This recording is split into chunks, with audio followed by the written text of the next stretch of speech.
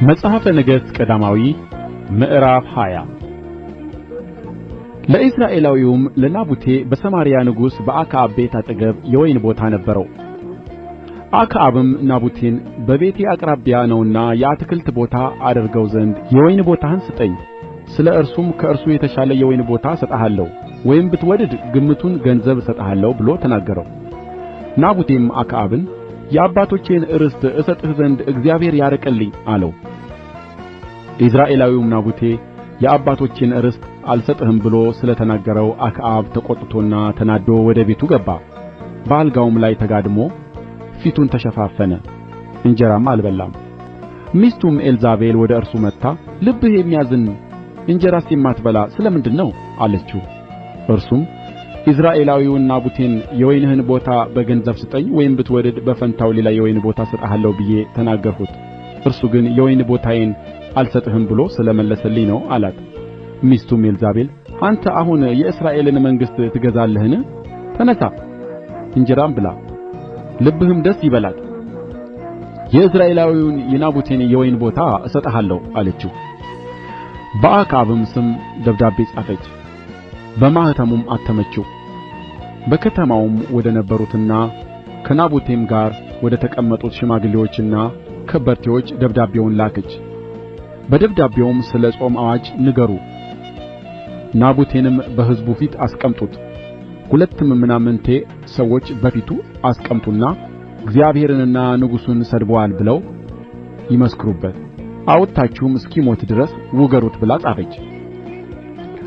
በከተማውም የተቀመጡት የከተማው ሰዎችና ሽማግሌዎች ከበርቴዎችም ኤልዛቤል እንዳዘዘቻቸውና ወደ እነርሱ በተላከው ደብዳቤ እንደ ተጻፈ እንዲሁ አደረጉ።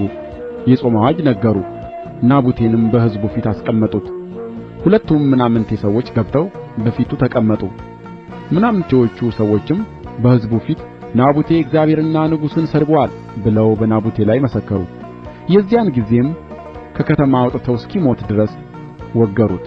ወደ ኤልዛቤልም ናቡቴ ተወግሮ ሞተ ብለው ላኩ። ኤልዛቤልም ናቡቴ ተወግሮ እንደ ሞተ በሰማች ጊዜ ኤልዛቤል አክዓብን ናቡቴ ሞቶአል እንጂ በሕይወት አይደለምና በገንዘቡ ይሰጥህ ዘንድ እንቢ ያለውን የኢይዝራኤላዊውን የናቡቴን የወይን ቦታ ተነሥተህ ውረስ አለችው። አክዓብም ናቡቴ እንደ ሞተ በሰማ ጊዜ ይወርሰው ዘንድ ወደ ኢይዝራኤላዊው ወደ ናቡቴ ወይን ቦታ ሊወርድ ተነሣ።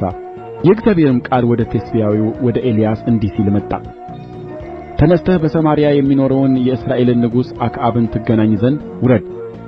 እነሆ ይወርሰው ዘንድ በወረደበት በናቡቴ የወይን ቦታ ውስጥ አለ። አንተም እግዚአብሔር እንዲህ ይላል ገድለህ ወረስኸውን ብለህ ንገረው። ደግሞም እግዚአብሔር እንዲህ ይላል ውሾች የናቡቴን ደም በላሱበት ስፍራ የአንተን ደም ደግሞ ውሾች ይልሱታል ብለህ ንገረው። አክዓብም ኤልያስን ጠላቴ ሆይ አገኘኸኝን አለው። እርሱም እንዲህ ብሎ መለሰለት፣ አግኝቼሃለሁ፣ በእግዚአብሔር ፊት ክፉ ለማድረግ ራስህን ሽጠሃልና።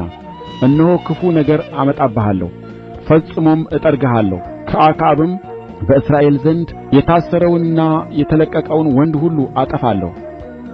በሥራህም አስቈጥተኸኛልና እስራኤልንም አስተሃልና ቤትህን እንደ ናባጥ ልጅ እንደ ኢዮርብዓም ቤት እንደ አኪያም ልጅ እንደ ባኦስ ቤት አደርገዋለሁ። ደግሞ እግዚአብሔር ስለ ኤልዛቤል በኢይዝራኤል ቅጥር አጠገብ ኤልዛቤልን ውሾች ይበሉአታል ብሎ ተናገረ። ከአክዓብም ወገን በከተማይቱ ውስጥ የሞተውን ውሾች ይበሉታል፣ በሜዳውም የሞተውን የሰማይ ወፎች ይበሉታል። በእግዚአብሔር ፊት ክፋት ለመሥራት ራሱን እንደ ሸጠ ሚስቱም ኤልዛቤል እንደ ነዳችው እንደ አክዓብ ያለ ሰው አልነበረም። እግዚአብሔር ከእስራኤል ልጆች ፊት ያጠፋቸው አሞራውያን እንደ ሠሩት ሁሉ ጣዖታትን በመከተል እጅግ ርኩስ ነገር ሠራ።